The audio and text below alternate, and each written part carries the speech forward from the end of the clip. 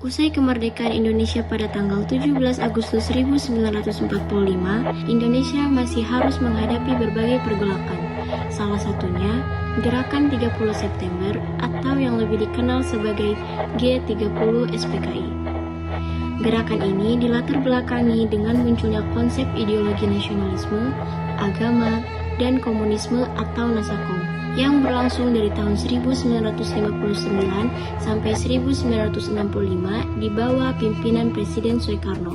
Beliau menginginkan PKI untuk ikut serta dalam konsep Nasakom tersebut. Hal lain yang menyebabkan mencuatnya pergolakan ini adalah ketidakharmonisan hubungan antara anggota militer dan PKI. Pertentangan itu muncul di antara keduanya dikarenakan adanya rencana tentang Angkatan Kelima yang akan berdiri sendiri dan terlepas dari ABRI. Petinggi Angkatan Darat tidak menyetujui rencana tersebut dan hal ini menimbulkan nuansa curiga-mencurigai di antara militer dan PKI.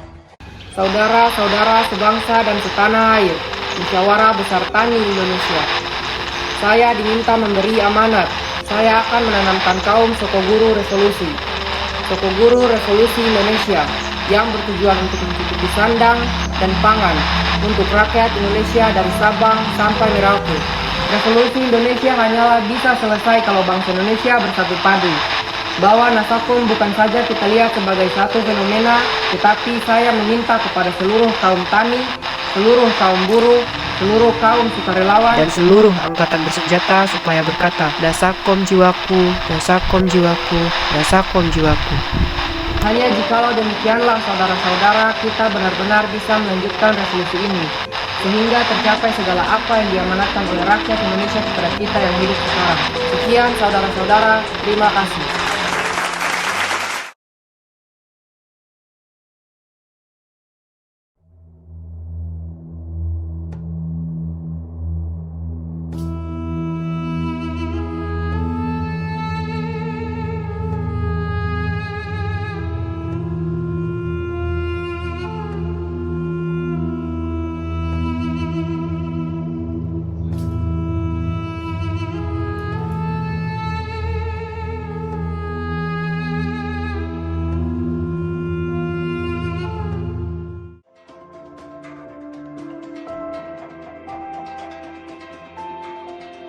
Bagaimana keadaan Paduka, dokter? Keadaan kesehatan Yang Mulia Bung Karno saat ini sangat kritis. Hal itu bukan berarti ketidakadanya kemungkinan untuk sembuh.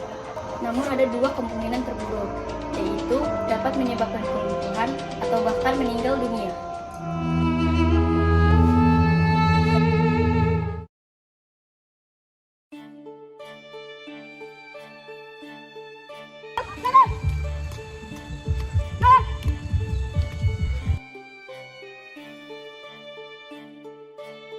Semangat kalian!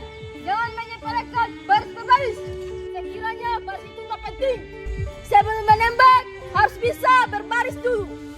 Itu yang namanya disiplin. Mengerti? Hormat! Gerak! Tegap! Gerak! Masih aja salah. Orang hormat aja nggak becus, tapi gaya mau nembak-nembak. Goblok! Jangan lawan!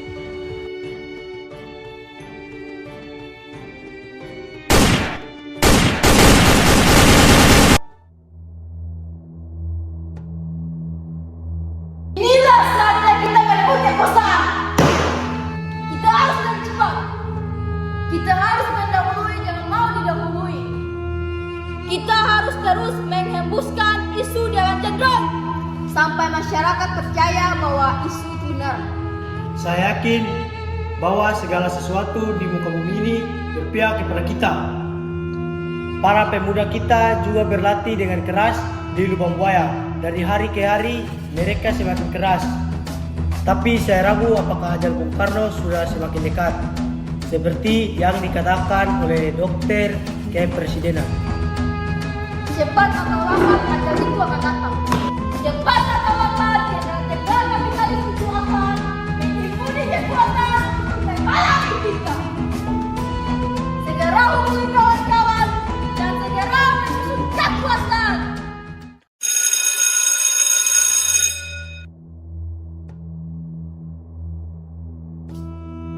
Halo, Untung di sini. Halo Untung, Segera ke rumah saya. Saya akan menyampaikan pesan dari kawan Aidit. Baik, kawan Syam.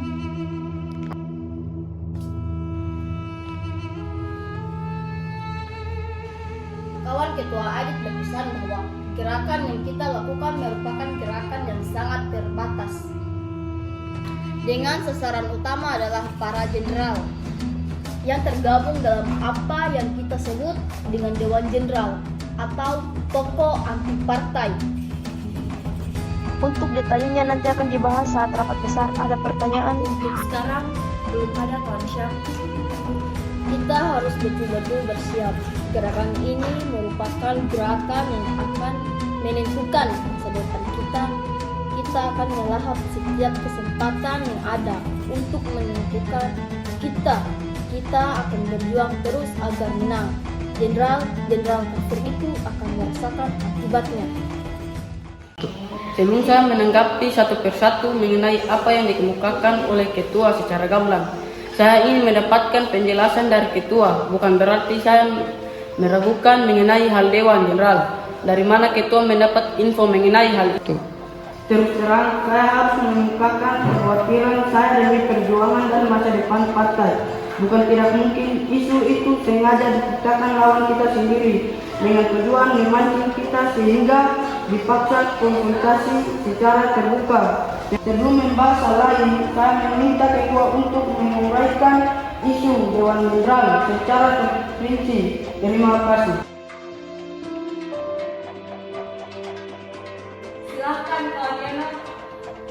Untuk sementara pertanyaan saya sama seperti kawan saya Firman. Kalau begitu, barangkali kawan Sanusi masih punya pertanyaan, silahkan. Terima kasih. Untuk menyingkat waktu, saya akan menanyakan hal-hal pokoknya saja. Pertanyaan yang pertama yaitu sama dengan pertanyaan Insinyur Sukirno. Pertanyaan yang kedua, apakah hal yang serius serta menyangkut masa depan partai ini sudah pernah dibicarakan dalam rapat Dewan Harian Politbiro dan bagaimana pertimbangannya? Yang terakhir, saya ingin minta agar ketua yang terhormat menguraikan secara lengkap mengenai perimbangan kekuatan ABRI, terutama apabila nanti perwira-perwira yang progresif revolusioner bertindak mendahului Dewan Jenderal. Ini betul-betul menyangkut nasib dan masa depan partai. Terima kasih. Saya kira saya tidak perlu mengatakan kesetiaan bagaimana yang seharusnya diberikan setiap anggota dalam rangka meyakini serta menjunjung kebesaran partai, keselamatan partai, dan masa depan partai yang ada di atas segala-galanya.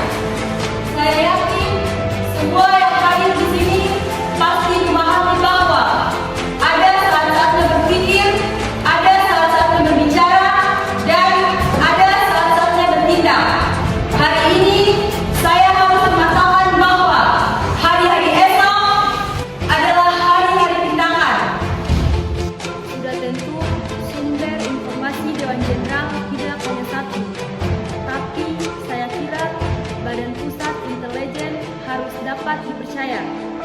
Sebab kalau tidak, berarti kita tidak akan punya badan untuk dipercaya.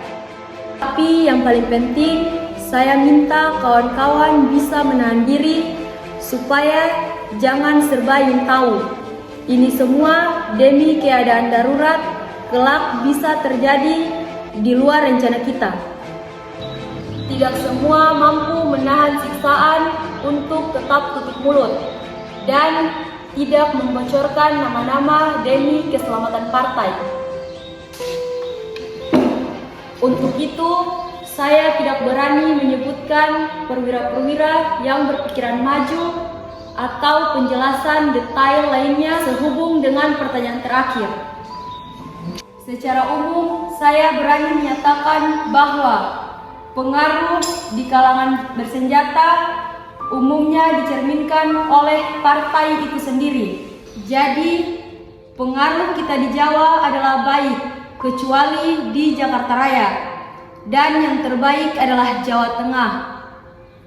Kecuali itu, ada faktor yang menguntungkan karena adanya ketidakkompakan di kalangan Dewan Jenderal antara Nasution dan Yani tentang waktu pelaksanaan perebutan kekuasaan. Sementara ALRI dan AKRI dapat kita netralisir karena kedua angkatan ini sedang sibuk dengan urusan inter mereka masing-masing. Sementara AURI akan membantu memberikan fasilitas. Maaf interupsi. Apakah ketua berpendapat bahwa suatu aksi akan sukses kalau aksi itu hanya dilakukan di Jawa saja? Terima kasih. Menurut pendapat saya, kunci kemenangan adalah Jawa. Siapa yang menguasai Jawa, itulah yang menang. Jadi, Jawa adalah kunci.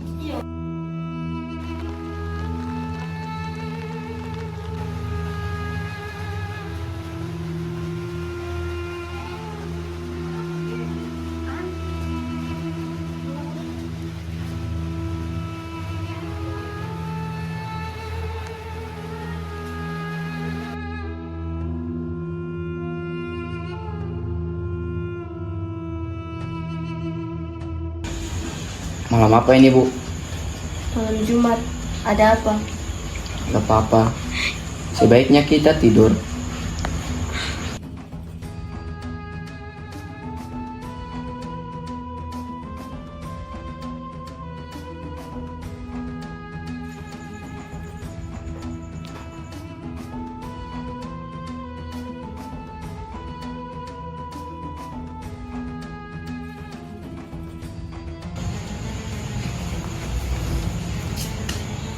Udah bangun? Ada suara-suara aneh di ruangan ini. Perasaan saya nggak enak. Cuma mimpi kali, ayo tidur.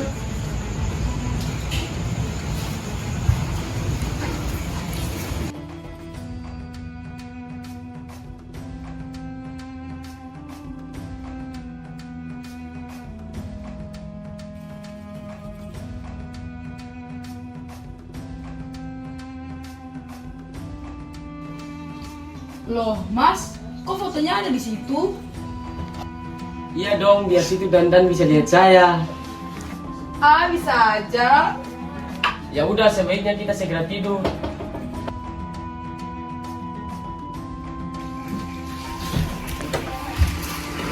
Masih sakit giginya, Mas. Kok malah nanya? Ya kalau sakit mbok iya tidur toh, Mas. Justru kalau sakit jadi nggak bisa tidur. Gambar apa itu, Mas? Rencana museum perjuangan di Jogja. Kok kayak kuburan?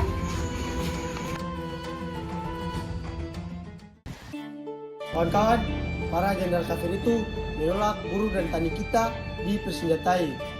Menolak kita sebagai angkatan kelima. Inilah malamnya untuk berebut kembali apa yang diperampok dari rakyat. Malam ini, para jenderal-jenderal kafir itu akan merasakan akibatnya. Hidup Bung Karno! Hidup! Hidup Aidit! Hidup! Hidup buruh dan tani! Hidup! Hidup Dasakom! Hidup! Hidup rakyat! Hidup! Ingat target kita, Maijen Suprapto, Maijen Suparman, Lejen Yani, Maijen Sutoyo, Brigjen Panjaitan, dan Nasution.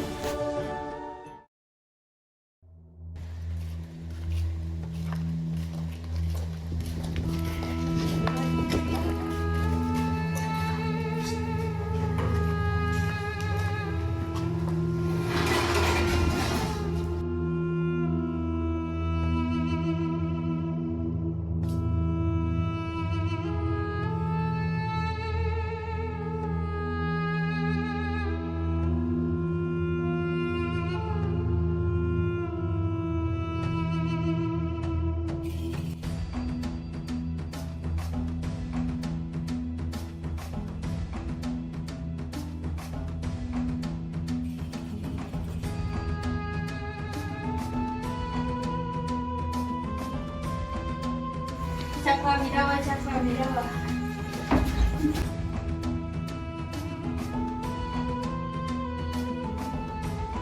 Cepat keluar, Jenderal.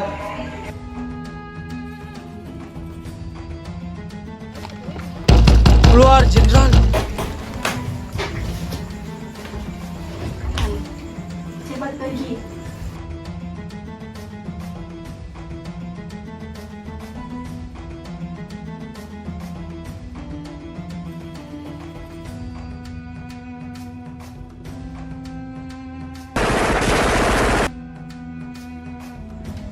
Di mana Cun? Panas Sation. Beliau di Bandung. Sudah 3 hari di Bandung. Kalian datang ke sini hanya untuk membunuh anak saya.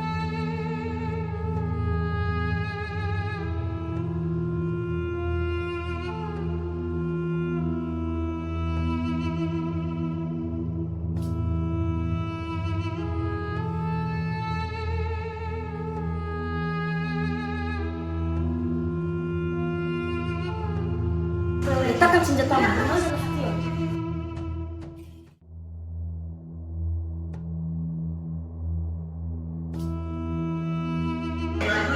Saya Nasution.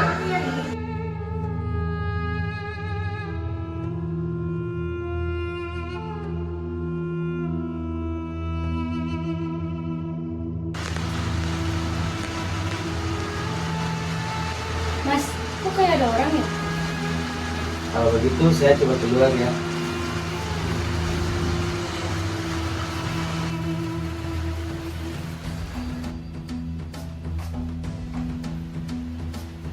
Ada apa malam begini? Bapak diminta menghadap presiden sekarang juga. Sekarang? Siap, Jenderal.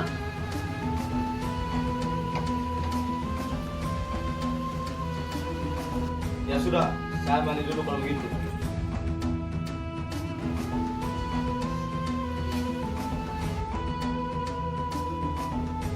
Tidak bisa mandi, Jenderal. Paling tidak cuci muka atau pakaian toh. Tidak usah berpakaian. Lancang kalian. Mau apa kalian? Tempat.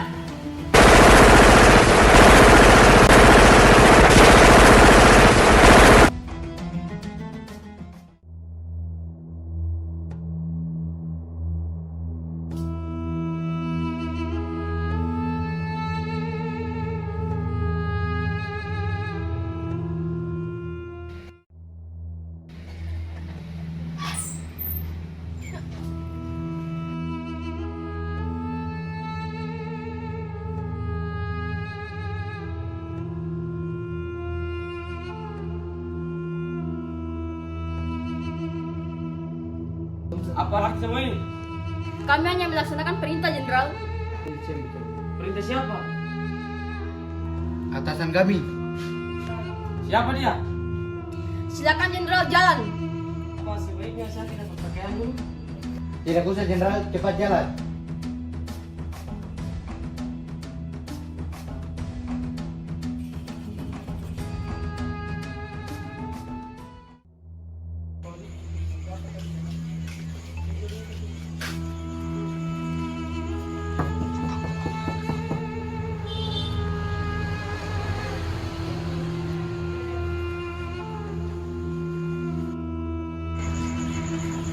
Ada apa ini? Keadaan negara genting Pak, Bapak Presiden meminta Bapak menghadap sekarang. Baik. Ayo cepat jalan, Jenderal. Kok buru-buru gini? Bu, hubungi Pak Yani.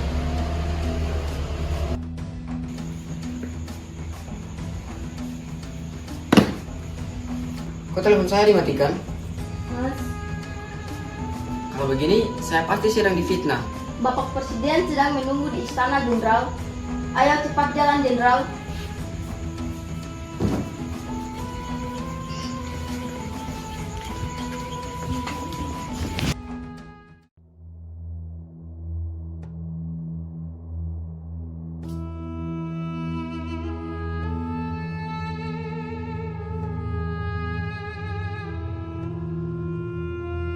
Ngapain malam begini?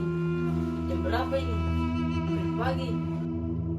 Bapak diminta untuk menghadap ke presiden.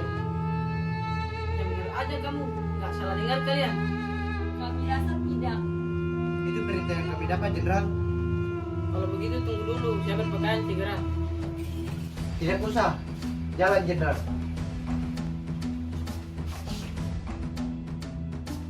Masuk Bu. Segera masuk ke dalam, Bu.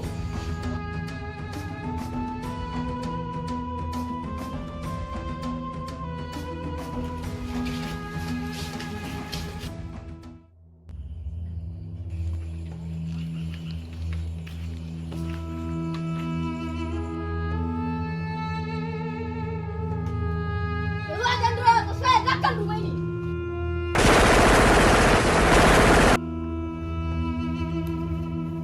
Ada rampok, ada rampok.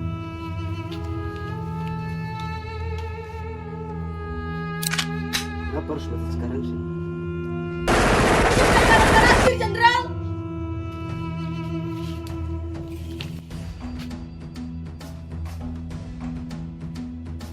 Angkat tangan, Jenderal. Ayo jalan, jenderal.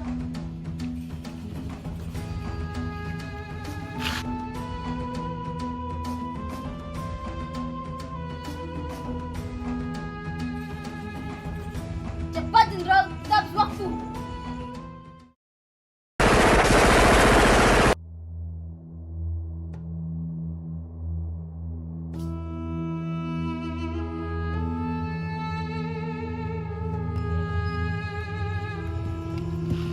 Papa.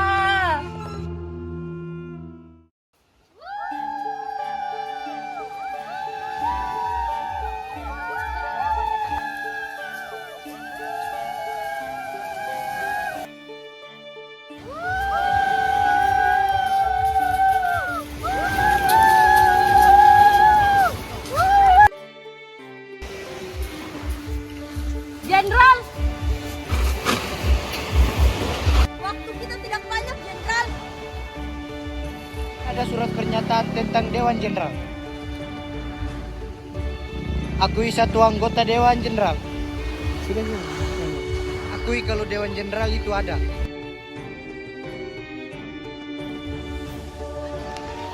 Darah itu warnanya merah, Jenderal. Seperti amarah.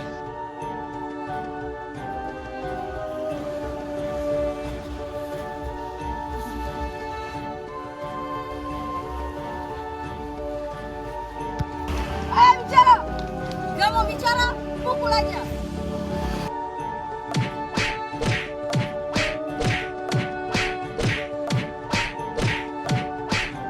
Pendi hari tahun ini, pendi, jenderal, pendi. Rasa pisau ini juga pendi, tapi tidak sepedi penderitaan rakyat. Masih mau tutup mulut? Mana Nasution? Ayo jawab, ayo jawab. Saya ini pemahat jenderal. Kali ini saya akan memahat muka jenderal. Parfum jenderal bukan main, sampai mengeluarkan bau amis darah sendiri.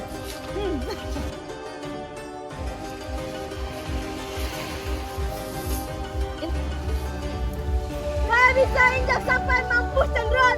Cepat bicara, jenderal. Kalau tidak, maka jenderal akan menikmati darah dari air tubuh ini. Kau jenderal.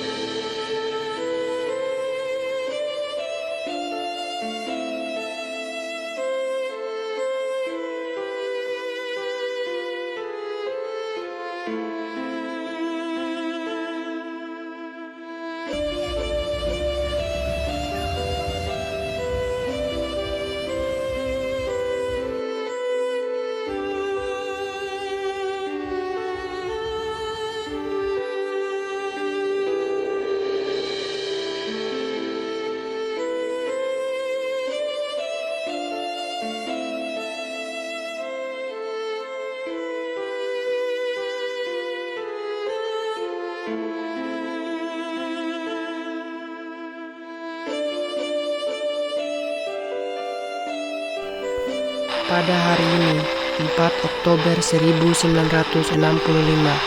kita bersama-sama dengan mata kepala masing-masing, kita menyaksikan pembongkaran jenazah para jenderal dengan satu perwira pertama dalam satu lubang sumur lama. Jenderal-jenderal kita dan perwira pertama ini telah menjadi korban kebiadaban dari petualangan yang dinamakan Gerakan 30 September.